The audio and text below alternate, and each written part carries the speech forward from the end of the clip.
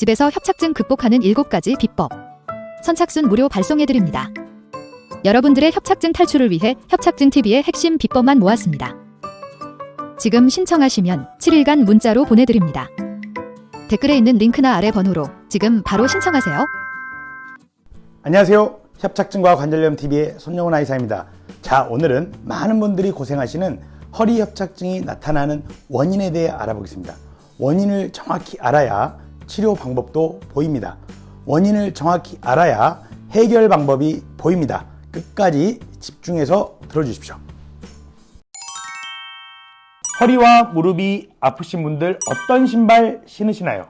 허리와 무릎에 좋은 신발 첫 번째 조건, 발 전체 근육이 활성화되고 발가락이 펴질 수 있어야 돼요. 그래야 척추에 대한 지탱력이 좋아지거든요. 이 맨발 신발은 밑창이 매우 얇기 때문에 뒤꿈치, 중간, 앞꿈치, 발 전체를 통해서 걷는 게 가능해집니다. 앞에가 넓기 때문에 발가락이 펴지게 돼서 척추 관절을 지탱하는 데 도움이 되죠. 좋은 신발 조건 두 번째, 땀과의 접지를 통해서 혈류순환에 도움이 돼야 됩니다. 접지는 땀과 전기가 통한다는 말인데요. 맨발 걷기를 하면 땀과 전기가 통하기 때문에 혈류순환에 도움이 되죠. 이 맨발 신발의 밑창은 땀과 전기가 통하는 특수한 소재의 곰으로 만들어져 있습니다. 즉, 맨발 걷기의 원리와 유사하죠. 허리, 무릎이 아프신 분들께는 이 맨발 신발을 추천해드리고 싶습니다. 먼저 결론부터 말씀드리면 허리 협착증이 일어나는 원인은 크게 세 가지가 있습니다. 이 중에 척추 내부의 협착, 이건 여러분들이 다 아시는 내용이에요. MRI를 찍어보면 어떻게 되어 있어요? 척추 내부가 좁아져 있죠. 척수, 가운데 있는 척수가 눌리기도 하고 또 양쪽으로 나가는 신경 구멍이, 신경이 나가는 길이 막혀 있기도 합니다. 그래서 내부의 협착 때문에 먼저 발생한다. 이건 다 아는 내용이에요. 그 다음부터 진짜 중요한 내용이 나와요. 자, 척추 내부가 좁아져 있다. MRI를 보면 보인다. 왜 그러냐? 앞에 있는 디스크는 흘러나오고 뒤에 있는 디스크 흘러나온 이쪽이 후관절이에요. 후관절. 척추 뒷면, 뒤쪽 후, 뒤에서 위아랫뼈가 만나서 관절을 이루고 있다. 근데 위아랫뼈가 만나서 관절을 이루다 보면 자꾸 움직임이 발생하고 거기서 두꺼워지겠죠. 후관절이 뭐가 발생해요? 두꺼워져요. 비후. 퇴행되면서 두꺼워져. 이게 두꺼워지니까 이 안에 공간이 좁아질 거 아닙니까? 디스크는 흘러나왔고 얘는 두꺼워지고. 그리고 또 뭐가 있냐? 척추 내부에는 황색 인대라고 하는 인대가 있어요. 여기 인대가. 근데 이 인대가 어떻게 돼? 이 인대가 뼈와 함께 척추를 지탱하는 역할을 하는데요.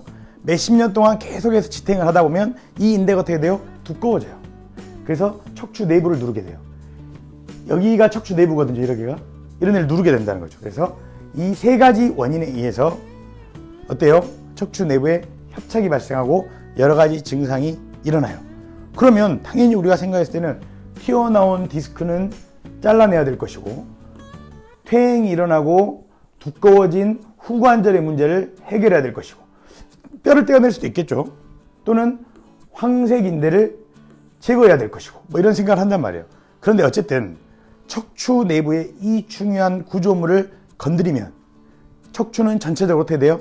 잘 균형이 이루어져 있다가 뭔가를 건드려서 잘라내면 이 균형이 무너지게 돼요. 그러는 순간 우리 척추는 더욱더 빠르게 퇴행이 발생을 해요. 그래서 위험해, 사실은. 그런데 방법이 없잖아요. 너무 힘드니까. 그래서 수술을 한단 말이에요. 그래서 두꺼워진 이 조직들을 제거해가지고 넓힌단 말이에요.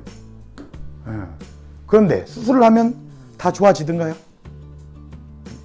수술을 해도 여전히 안 좋아진 경우도 있고 수술을 하고 나서 한 2년 정도는 괜찮다가 다시 재발하는 경우도 많습니다. 그래서 허리의 협착, 내부의 두꺼워진 구조물들을 해결하는 게 중요하다 생각해서 수술을 하지만 잘 해결되지 않는다. 자, 어쨌든 첫 번째 허리 협착의 원인은 내부의 이런 구조물이 두꺼워진 거다. 그래서 수술을 선택한다. 여기까지 이해 가시죠? 자, 여기서 의문을 던지도록 하겠습니다. 제가 많은 환자분들을 만나보니까 MRI 상으로는 분명히 두꺼워져 있는데 이분은 잘 못 걸어야 돼. 잘 걸어다녀. 증상도 별로 심하지 않아요. 또 어떤 분들은 MRI 상으로는 별로 협착이 없는데 증상이 너무 심해.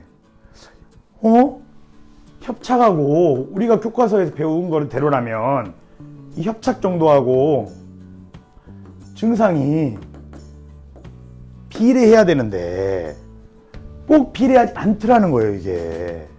이게 제가 허리 협착증을 치료하면서 갖게 된 의문이었고, 바로 이 이유 때문에 허리 협착증 치료가 어려운 겁니다.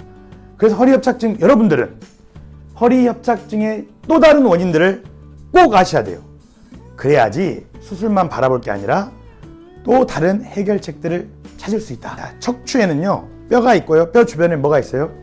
인대가 있어요. 인대. 그리고 근육들이 있어요. 이런 걸 뭐라 그러냐? 연부 조직이라 그래요. 연부 조직. 말랑말랑한 연한 조직이다. 그 뼈는 뭐라 그러겠어요? 딱딱할 경자를 써서 경부 조직이라고 하죠.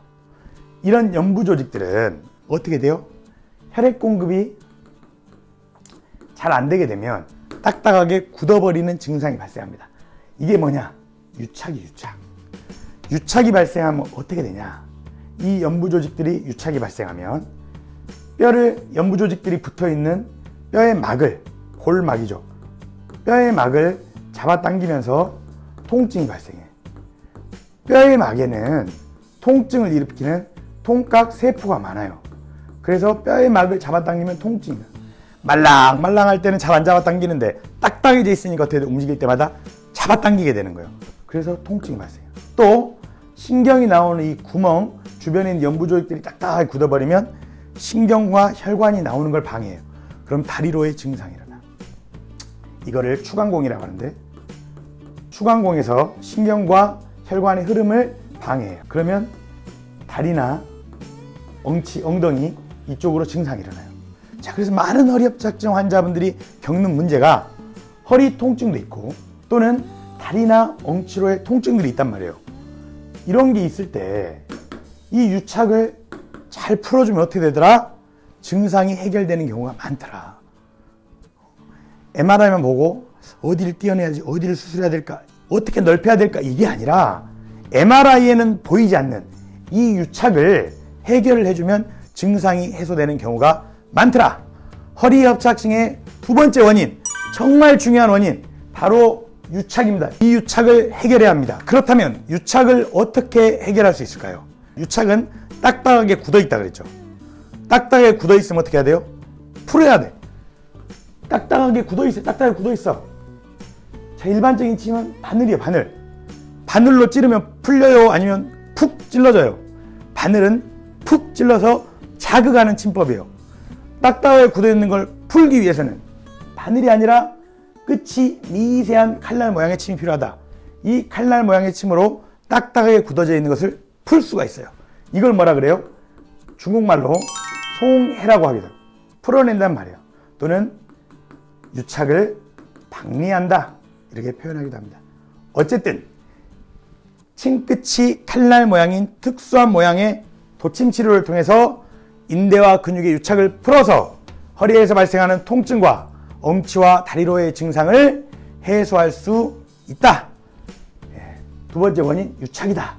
도침으로 해결할 수 있다. 이걸 기억해 주시기 바랍니다.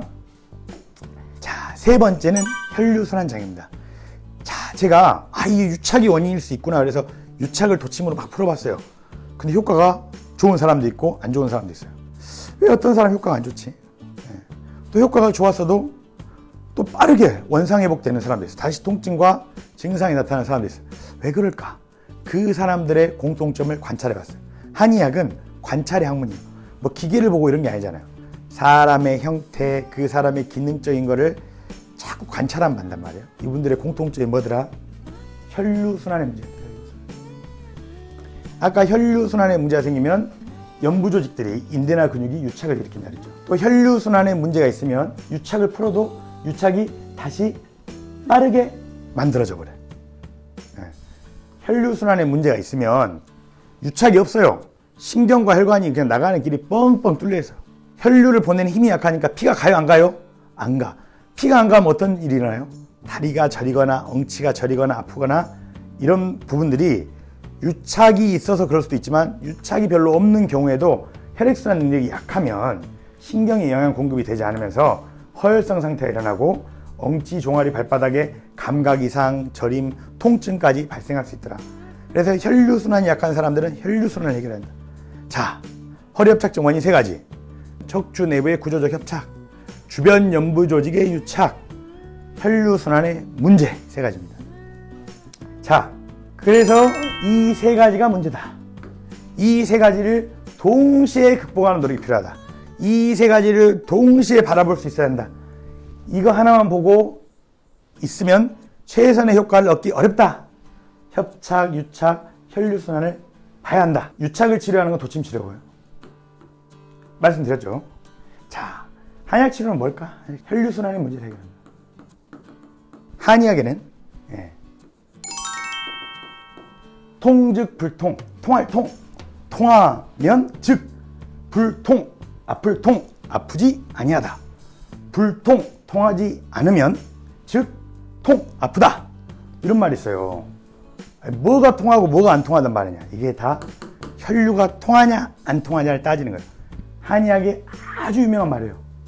그래서 한의학은 통하게 하기 위해서 뭐가 발달했어요? 처방이 발달했죠. 동의보감에 있는 수천 가지 처방들이 바로 혈류를 통하게 하는 원리를 가진 처방이 매우 많습니다. 그래서 한약 치료를 해보니까 협착증 환자들께 도움이 되더라. 또 한약 치료 말고 집에서 할 수 있는 거 없냐? 제가 여러 가지를 연구를 해봤는데 2가지 방법이 좋더라고요. 하나는 발끝치기예요. 발 뒤꿈치를 붙이고 앞에를 톡톡 치는 거죠. 언제 하면 좋냐? 잠을 자기 전에. 발끝치기라면 무슨 일을 하냐? 발끝과 혈액순환이 된 채로 잠이 든단 말이에요. 그러면 잠을 더 깊게 자겠죠. 혈류순환 능력이 회복된단 말이에요. 혈류순환의 선순환 구조를 만들어낼 수 있다. 혈액순환에 도움이 되지만 깊은 수면을 통해서 간접적으로 혈액순환을 돕는 효과까지 있습니다. 맨발 걷기 엄청 유행하죠. 맨발로 걷는단 말이에요. 땅을요. 그러면 무슨 효과가 있냐? 접지 효과가 있어요. 접지는 여러 논문에 의하면 혈액의 점도가 물러진다. 혈액의 점도가 물러지면서 혈류순환에 도움이 된다. 맨발로 걸으면 하루 종일 신발 속에 꽁꽁 싸매져 있던 내 발 근육들이 움직이기 시작합니다. 맨발로 걸어보세요. 발이 쭉쭉 펴집니다. 그럼 발바닥에 있는 근육들이 움직이면서 무슨 일이 일어나요? 혈액이 펌핑되는 효과가 일어나요. 맨발로 걷게 되면 발가락이 펴져요. 발가락이. 손가락은 자유자재로 움직이죠. 발가락을 하루에 몇 번 움직여 본 적 있으세요? 안 움직이잖아요. 맨발로 걸으면 발가락이 쫙 펴져요. 발가락이 쫙 펴지면 척추를 지탱하는 데 도움이 됩니다. 이걸 꺽쇠 효과라고 하는데요.